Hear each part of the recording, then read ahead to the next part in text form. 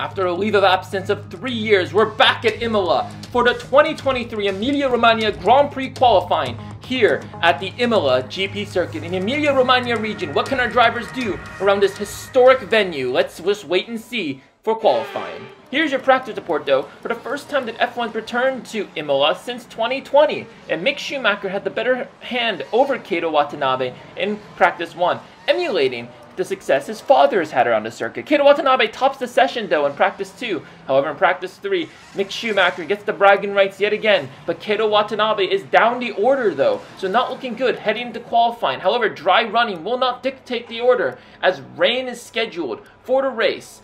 And here we go. Here's your practice setup that Toyota ran. And Keita Watanabe did try to run a wet setup because he's anticipating for the race. News from Toyota though that Keita Watanabe's failure was due to an internal combustion engine failure, but they were not able to find out the reason why it went kaput. As a result of trying to figure it out, Toyota did not bring any upgrades, being passed by McLaren in the pecking order. However, like I mentioned earlier, the forecast for wet is going to open up this race for our drivers. Through Ravazza 1 into Ravazza 2 goes Keita Watanabe, heading down the long start-finish straight through the kink of that circuit, and he gets up to P3. Ravazza 1 again, the sun's a lot clearer, and he goes wide into the gravel trap, and that is not going to play well into Watanabe's time. Imola is a circuit that punishes driver mistakes more than most other circuits, and as a result, he does not improve on his lap time. Ravazza 2 now clabbers the sausage curb, and again he goes wide. So Watanabe, remember, he didn't race this track in 2020, so this is his first time. And Keita Watanabe just barely makes it through into qualifying 2. Just a few hundredths of a second ahead of Lance Stroll and the Aston Martin. Mick SCHUMACHER up in 10th, but a surprise, George Russell makes it into Q2. Through the second Ravazza corner, a much better exit compared to his last 2 runs in Q1. Across the line goes Keita Watanabe.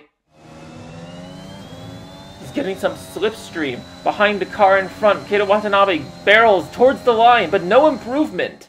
We need you to move up into the top 10. He's in 11th right now, and he clabbers the curb through the chicane, and he goes into the gravel trap, and that is his lap over. And Keita Watanabe, there he goes, he's out of qualifying for the Emilia-Romagna Grand Prix. Mick SCHUMACHER up into P5. However, some drivers qualify on the medium tires, but it's not going to make any difference because most of these drivers will be starting on the wet tires, but Keita Watanabe hopefully will be able to make a position. Hello folks and welcome. It's wet, it's dreary, but you can't dampen the spirits of the Italian fans. Welcome to the Pirelli Gran Premio del Made in Italy del Emilia-Romagna Grand Prix. Or if you like the shorter form, the Emilia-Romagna Grand Prix or the Imola Grand Prix. It's been pouring rain, but you can't stop the Tifosi from coming to enjoy their one home race of the season. And here we are at Imola to the Autodromo Enzo Ferrari. Here we go. It's an anti-clockwise circuit, so it's going to take a lot. So one of the only ones on this circuit. However, our drivers will be taking it much more carefully because while this track does punish mistakes, the rain has been pouring for the last few hours, and so therefore mistakes will be ever easier to make in these conditions. But here we go to our starting grid, and as mentioned before, all our drivers on the extreme wet, except for Keita Watanabe. Toyota's rolling the dice here, and has started him on the intermediate tires. They believe that by the time the race starts, that Watanabe will be able to get better traction and better speed on the inters. So what are the drivers going to do to respond to this? Has Watanabe made the right choice? 21 out of 22 of the drivers on the grid will be starting on the wets.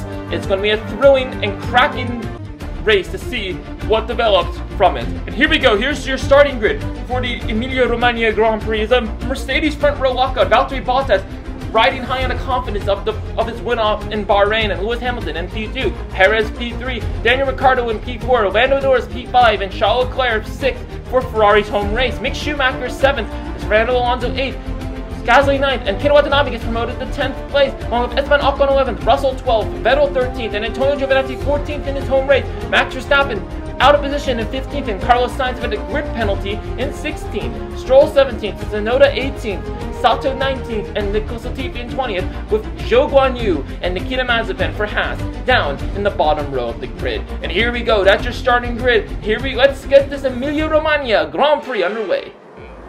5 red lights. It's going to be a trepidatious start off the grid for our drivers. Cautious as they go. It's light down and away they go. And it's cautious for Valtteri Bottas. He tries to cut off his teammate Lewis Hamilton. Mick Schumacher makes up a place over Lando Norris. And you can see the spray developed by those wet compound tires heading down towards Tagarado into Tamburello, and Watanabe is going very cautious as Max Verstappen, eager to make up some positions, dives down the inside. He gets passed by Russell, and Watanabe has lost lots of positions, and now it's looking that perhaps the Inter-gamble did not pay off. Let's look at this replay. You can see down into the corner, you can see Watanabe just can't see where he's going, so he's being very cautious as not to ruin his race by going to the back of a driver. Clatters the curb through Tamburello.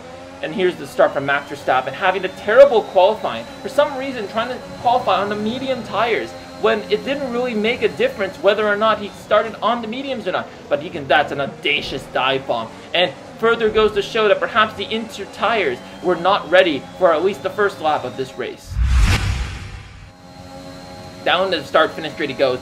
In the slipstream of George Russell, deploying tons of battery, and although he may be on the wrong tires, Watanabe is fearless down into the first chicane, and that is a beautiful move down the inside. Squeezes Russell a little towards the curb, but that's Watanabe gaining the place back on this lap 2. He's in the slipstream of Esteban Ocon, heading down into Tosa now, and oh, there's contact between the Alpine and the Toyota, and that was a bit of an audacious dive bomb.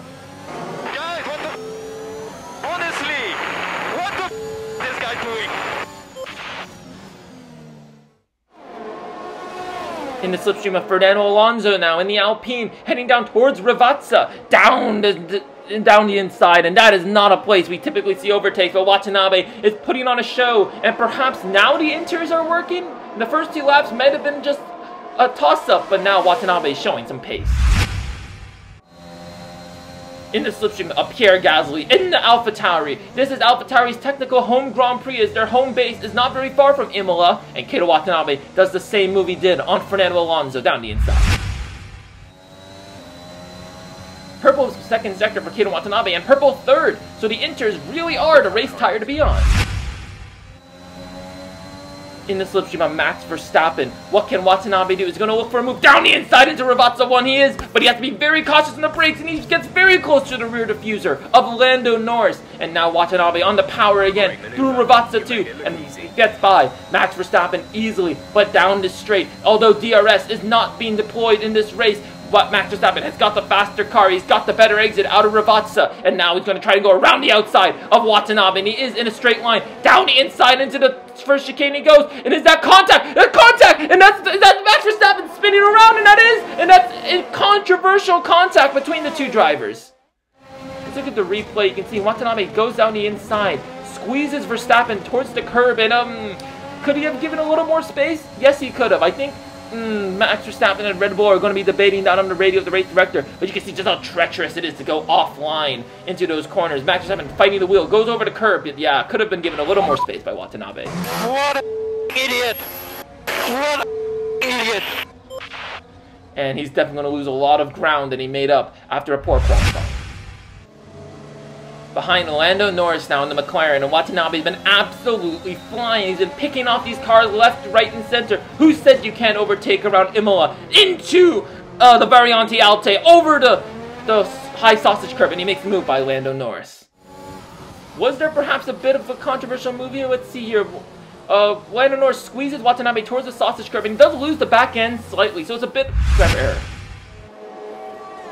Heading towards Ravazza, behind Charles Leclerc, in the Ferrari, down the inside he goes, on the Scuderia, and that is an easy move for Watanabe, past the Ferrari of Charles Leclerc, and the Ferrari fans in the Tifosi are going to be quite livid at that, because this was their only home race of the season. Remember, Monza is not on this year's calendar, so this is the only Italian race that the Tifosi get, and Charles Leclerc is trying to put up a fight against Keita Watanabe, but down the inside into the first chicane, and Watanabe covers him off, and he holds position over the Ferrari, and now he can open the pace up on his teammate Schumacher. Down the start-finish straight he goes, and surely Toyota will be telling Schumacher to get out of his teammate's way because of the supreme pace he's showing. Yes, Schumacher giving a bit of a squeeze, but making it relatively easy for his teammate into the first chicane. Watanabe so much later on the brakes and gets the move done past his teammate, and now he can focus on making it up into the top 4, and towards Daniel Ricciardo. Towards the line, and that's the fastest lap of the Grand Prix for Kato Watanabe. Clearly, the Inter tires are going to be the tire of choice for those making a pit stop.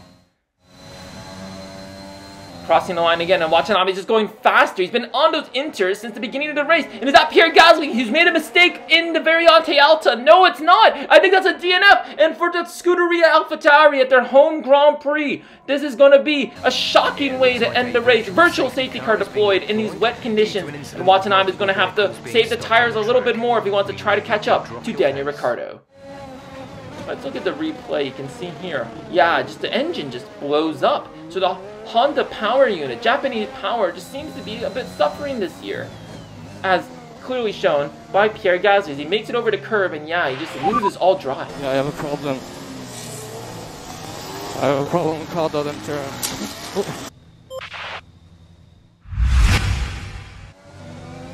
Closing up to Daniel Ricciardo in the McLaren now. And remember, McLaren did pass Toyota in the pecking order, so they do have the faster car over to Toyota. But Kato Watanabe down into the slipstream of Daniel Ricciardo. He's going to see if he can make a move down the inside towards the towards Tamburello. Here he goes, and Daniel Ricciardo cuts him off. They're going side by side into the chicane, but Ricciardo gets ahead of the Toyota, and Kato Watanabe is going to have to back off and hold position for at least one more lap.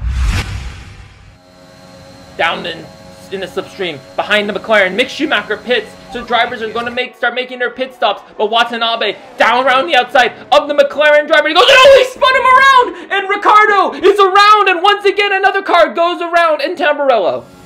Let's look at the replay here. You can see, heading for the corner, you can see Daniel Ricciardo's losing grip. I think the wet tires are outside their operating window, so he's lacking grip, and he's going at such high speeds on the wetter part of the track. We're off the dry line, and I mean, I think it's a bit more of a racing incident before, but you can see he's losing control. But again, Watanabe, I think, could have given just a tiny bit more space, but a little more onus on Ricciardo.